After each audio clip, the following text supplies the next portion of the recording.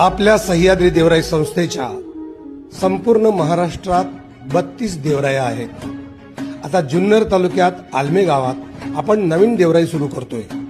खरं तर नवीन देवराई सुरू होणं ही आपल्यासाठी आता नेहमीच कामाची गोष्ट आहे. पण जुन्नर तालुक्यातल्या आलमे गावातली देवराई खास आहे आणि त्याला कारण आहे ते 26 जानेवारी 2026 पासून आपल्या सह्याद्री देवराईचं नाव बदलून छत्रपती शिवाजी महाराज सह्याद्री देवराई असं नाव ठेवत आहोत. आपल्या प्रत्येक देवराईचं नाव आता छत्रपती शिवाजी महाराज सह्याद्री देवराई असणार आहे.